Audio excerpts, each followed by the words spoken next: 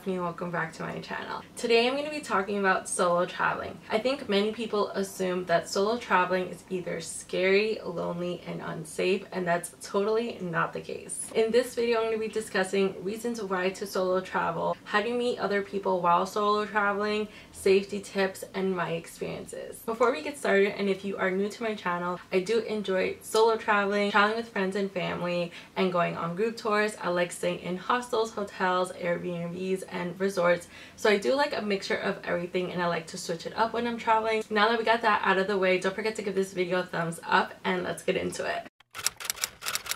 So there's many reasons to solo travel, but the first one is, let's say you want to go to a specific destination that you've been wanting to go for years, or you've been dreaming about for a very long time, and your friends and family don't want to go with you. And this could be for many reasons, whether it's they can't afford it, they don't have the same vacation time as you, or they're just not really interested in going to that specific destination at the moment. So to be honest with you, this is the reason why I personally started solo traveling in the first place, is because no one wanted to go where I wanted to go, or didn't want to stay as long as I wanted to. So solo traveling is definitely the way to go, because you don't have anyone holding you back from the places that you want to visit.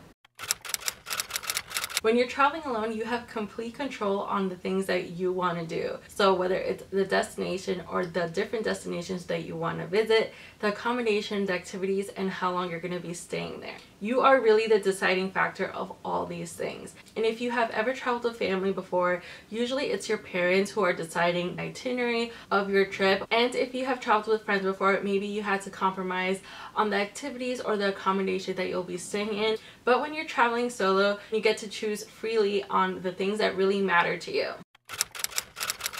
Getting out of your comfort zone is what solo traveling really is. I think travel in general gets you out of your comfort zone, but when you're truly by yourself, it really does that for you. But just think about it. Do you personally know anyone in your circle of friends or family that has ever solo traveled before? If the answer is no, that just shows you right there that not a lot of people take that step to go out of their comfort zone. And if you answered yes to that question, usually it's just a handful of people that you may know. When I first started solo traveling, I literally did not know not one person in my circle of friends or family has ever solo traveled before. I was essentially the first one to do it, and everyone thought I was literally crazy for doing it. But I don't regret my decision at all, and definitely encourage others to do it, especially if you have never left the city, the state, or let alone the country that you were born and raised in. I think it's so important to go out and explore different countries, different cultures, different languages, and meet new people. So I think it's really important in that aspect. Another reason to solo travel is that I think it's a very liberating, empowering, and transformative experience. As I mentioned before, not a lot of people go out and solo travel, so I think it's very empowering knowing that you are able to do it, and also it's possible to travel this way. I also feel like that we place limiting beliefs in our mind, saying that we can't do a certain thing, or it's not possible, but when you actually accomplish it, it just feels awesome knowing that you navigated your way all by yourself and you didn't have to rely on someone else, and that is also liberating. It can be a transformative experience, whether it's getting to know yourself a little bit better, seeing or experiencing a different way of life, connecting with people that you didn't think that you were going to connect with, changing your perspective on your own life, reflecting on your own lifestyle and appreciating what you have, or it makes you want to work a little bit harder so you are able to experience new cultures and travel the world. If you grew up in the United States, but this also applies to any other country, we have this state of mind of just work, work, work, and then when you retire, you can enjoy the luxury of traveling. And that's great if that's your state of mind, but life is short. You don't know what's going to happen tomorrow, let alone the future. And if you have the time and the money, why not travel now? I think nowadays travel is more accessible than ever. You can find information, resources, and tips on how to travel to places on any budget. If you're like me and have a travel bucket list that never seems to end, and you just wait for retirement to go see these places, I doubt that you will see even half of the places on your bucket list if you wait until retirement. And I understand everyone's financial situation is different and everyone has different priorities, but if you're watching this video, it's because travel is some sort of interest to you, And if travel is something that you personally really want to experience and it's something that's really important to you, I just say go for it. So I get this all the time, and people think that traveling solo means you're going to be alone and lonely, and that is totally not the case at all. I feel like I meet the most people when I'm traveling solo as opposed to traveling with groups or with family or with friends, and this is just a common misconception people have. I mean, you can totally have a solo trip and just be isolated from any human contact, but usually that is not the case. Whether it's locals, expats, or other tourists, you are bound to find people to talk to and connect with. So here are some ways that you can meet other people while solo traveling. Your accommodation is definitely the first place where you can start meeting other people, other travelers. Hostels are a great place to do that because it's a very communal environment. Everyone is usually a solo traveler or traveling with a friend, and have open schedules and just enjoy meeting other people. So that's a really easy way to meet people. But if hostels are not your thing, maybe look into hotels and resorts that are adults only, so that you're not in a family hotel or resort, because usually people are just doing their own thing with their families. But if you are in an adult only place, you're bound to find other people that you can connect with. If you're going to be staying in an Airbnb, you do have the option of staying in a private room in a host home. That's an option you can have where you can get to know the host, and usually they're open to showing you around and also maybe having a meal with you time to time while you are traveling at that destination. If you are renting out a whole Airbnb to yourself, I find that the host, you can just ask them if they can show you around, and they're more than happy to do that. Also, Airbnb has Airbnb experiences where you can book experiences with locals. So you can do a photography tour, a foodie tour, or art scene tour with a local, whether it's by yourself or with a big group of people that have the same interests. And that's another great way to meet other travelers and locals in that specific area. For some odd reason, my video clip for this part of the video disappeared, but other ways to meet people are happy hours at your accommodation or at trendy bars and restaurants, joining a free walking tour of that particular city, taking a surfing lesson, cooking class, dance class, or whatever class that interests you, going on a group excursion such as ATV, snorkeling, diving tours, wine tasting, whatever it is that you find interesting, meeting up with people through apps or Facebook groups, volunteer at an organization, take a language class from a local, or go to events that are just being promoted in that city.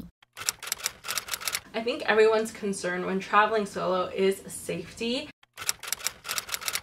I like to recommend is just do your research. You need to research before traveling anywhere, but especially if you're traveling solo, just look into their culture and their customs and do your due diligence. Especially if you are going to a more conservative country, you need to look into dress codes and their customs and their culture, because you don't want to be that ignorant traveler who just shows up without doing any research, just being very disrespectful. Don't do things abroad that you wouldn't do back at home. Don't go to sketchy neighborhoods late at night or walk down a creepy alleyway. Just don't put yourself in those type of situations and you're good. If you want to go out for a drink or go out to party, that's totally fine, but don't put yourself in a situation where you can't find your way back to your accommodation, because you don't want to be taken advantage of in any kind of way. So just being coherent and knowing how much your body can take and just being aware of your surroundings. If you are going to drink abroad and you are alone, I personally wouldn't accept any drinks from a stranger. I would rather just get it myself from the bartender. You just never know. Safety is always key. Before leaving for your trip, I would make a Word document or send an email to your family, your friends, or your significant other, letting them know kind of your itinerary for your solo trip, and also leaving your accommodation details for them so they can have peace of mind just having those details, because you just never know what could happen. I would also download WhatsApp so you can have constant communication with your loved ones and just letting them know that you are alive and thriving and safe. Usually when I travel, I usually rely on Wi-Fi, but if you are solo traveling, I definitely recommend getting a SIM card for your phone so you can stay connected and have internet access at all times, because you just never know when you need to use a certain app or just get in touch with people. So I think it's a really good idea to get a SIM card when you're traveling alone.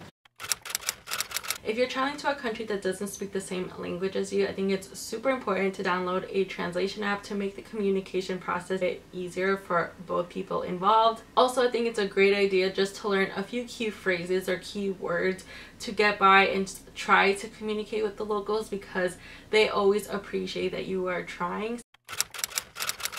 If something does not feel right, whether it's a situation that you are in or if you're getting a weird vibe from someone that you are talking to, trust your gut and just find a way to get out of that situation. Just don't give out too much information about yourself, about where you're staying, about your trip in general.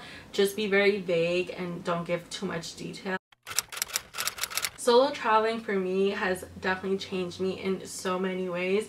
Each trip has definitely taught me something about myself or just life in general. I'm definitely not the same person as I once was when I didn't go solo traveling. When I went on my first trip, like I mentioned before, I was the first one out of all my friends and family to do a solo trip, and no one thought I was gonna go on this trip alone. They doubted me. They're like, there's no way you're going, because I was honestly so shy back then. I mean, I'm still a little bit shy, but like I was super shy back then, and no one really believed that I was going on a solo trip. And I did it. The trip came and went. I went on a few more solo trips, and it's just a great experience in general. I think everyone should experience it once in their life. Also, the more that I've traveled, you just find more good people than bad. People are so welcoming and they just wanted to have a good impression of their country. And I also find that people are just really willing to help you if you are lost or confused or just need help with something. With that being said,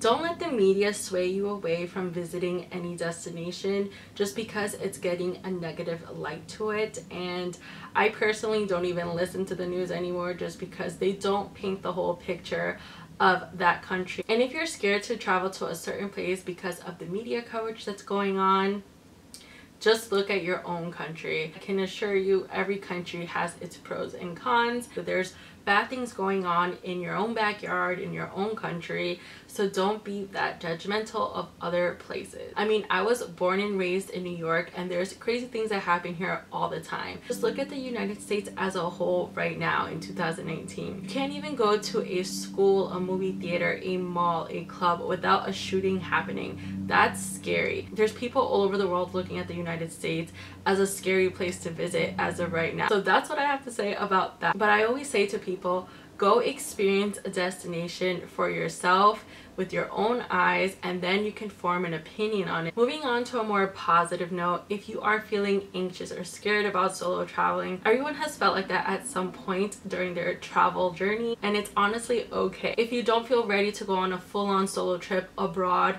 you can take baby steps at home, maybe going to a movie or going out to eat by yourself, or maybe going on a road trip around your state, and then you can just work your way up that way so you can slowly get into solo traveling abroad if that's what you're interested in. I also think it's so inspiring seeing people of all ages solo traveling, whether you are on the older side of the spectrum or younger. Like, I've seen people in their 90s still solo traveling, and also people in their teenage years solo traveling, which is crazy because I don't think when I was their age I could have done it or my parents would have allowed me, but that's so awesome. I also love seeing more people of color traveling, Latinas and women, because usually it's always been men who's been backpacking and solo traveling forever, but now you're starting to see more women solo traveling all over the world, which is so awesome, and definitely encourage you to try it at least once. Just go and do it and experience it, see if you like it or not. Hope you guys thought this video was helpful, and please let me know in the comments down below if you ever solo traveled before